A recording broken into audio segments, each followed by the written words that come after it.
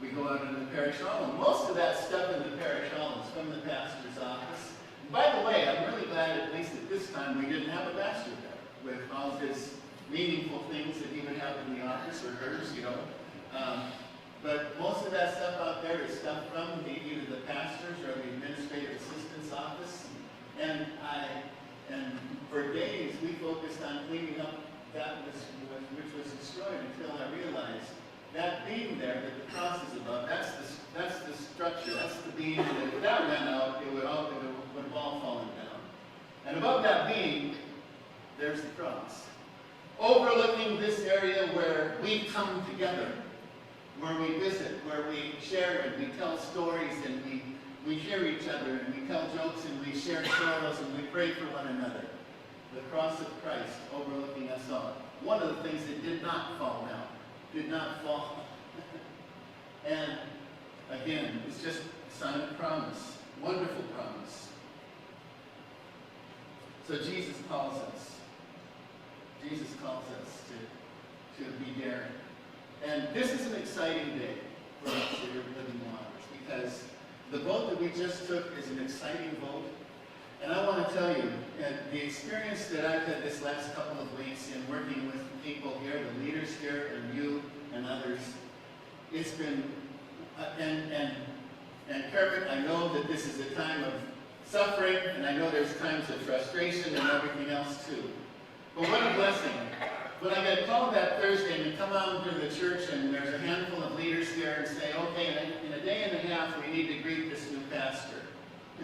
I told him, by the way, his first job would be to clean the office. But in a day and a half we're going to, greet the new pastor, and then on Sunday we're going to have special services for all saints. What do we do? And of course the thought was, well, we could probably go to a local restaurant for the reception for the pastor, and other churches had offered their sites and everything else. And it was wonderful to hear the conversation go to the point of saying, this is our home. This is our home. This is our home in among all of the rubble even at this point right now. But this is still our home, as much rubble as there is. And we're going to do what we're going to do here. And to host the pastor's meet and greet here was a powerful blessing. And it allowed the pastor and his wife to really see what this people in this church is made of. And we are at a wonderful crossroads in the life of our church right now. And I consider this time of our history to be a time where we drive a stake down, or I trust that God is driving a stake down and saying, see how I led you through this. And take a look at that, and the look of that can be symbolic of how things seem in your life and in your congregation and in your community. But know that I am here on the cross. Know that I am here to forgive. Know that I am here to empower. Know that I am here to set free. Know that I am here to use you to go out to this community and with in the name of the cross, and to be that channel of blessing, of forgiveness, of healing, and of hope. And he calls us together.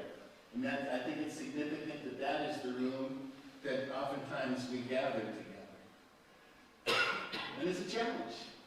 And so part of the challenge is, we talked about it a little bit at the meeting, and I was glad to hear this come up at the meeting. We're excited to welcome this new pastor. Whoa, we have a challenge before us.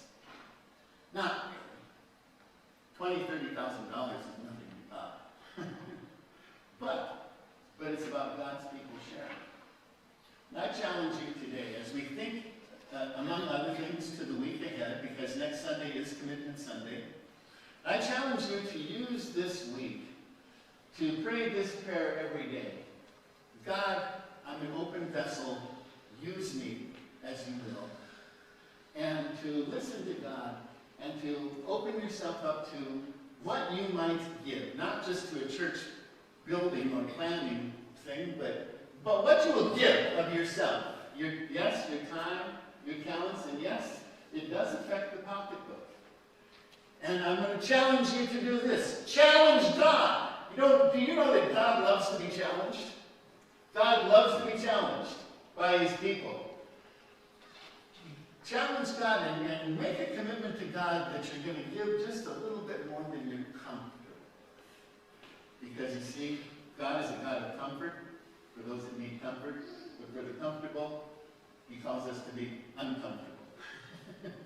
And so I challenge you today to think, to talk with your family members and friends, to think and pray about how God is going to use you in this church, in this community, in this family, to strengthen the cross. The cross brings us to the healing. The cross brings us to wholeness. The cross brings us to peace. The cross brings us to victory. And we're going to end by actually taking the hymn book out. And I know that this isn't the hymn book service, but there's a song that's been going through my head with all of this. In the cross of Christ I glory. Now this is a Lenten hymn, but hear these words.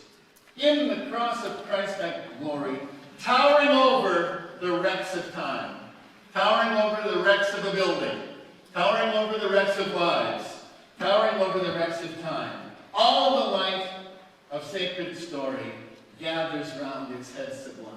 And we're going to sing this through a couple of times, just piano or a cappella. Which song?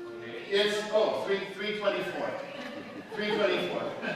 I prayed about it, but You don't want a solo. This is a Lenten song. Don't sing it with a Lenten lament. Sing it loud and powerful. Okay? In the